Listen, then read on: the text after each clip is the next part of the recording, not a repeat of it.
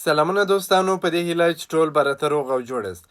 د افغانستان کرکټ بورډ د نیوزیلند پر وړاندې 14 کسیزه لوبډله اعلان کړه. په 14 کسیزه لوبډله کې یو ځل بیا هغه زاړه لوبغاړي هم شتون لري. ظاهر خان پښتين، نجات مسعود او افسر زازی. د نجات مسعود پر ځای باندې باید یما حرب راوستلی وای. یما حرب یو بهترین لوبغاړی دی، په شپږیزه کرکټ لیګ کې هم ډیر ښه وځلی دی.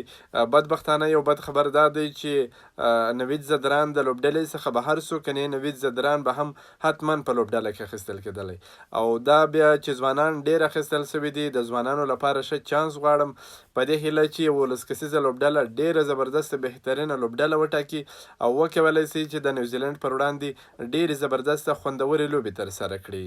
زه به ستاسو سره دغه 14 کسیزه سکواډ هم شریک کړم. کپتان حشمت الله شایدي، ابراهیم زدران، رحمت شاه، عبدالمالک، ریاض حسن، افسر زازی، اکرام علي خیل، بهیر شاه محبوب، شهید الله کمال، عظمت الله عمرزی، شمس الرحمن، ضیاء الرحمن اکبر، ظاهر خان پښتين، قیس احمد، خلیل احمد او نجات مسعود شامل دي.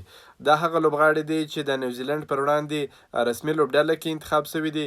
وبګورو چې 17 کسیزه لوبډله څنګه انتخابیږي. 17 کسیزه لوبډله په دې هیله چې بهترینه انتخاب سي او وکولی سي چې د نیوزیلند سره کم از کم یوه ډیره ښه لوبه خو ترسره کړي.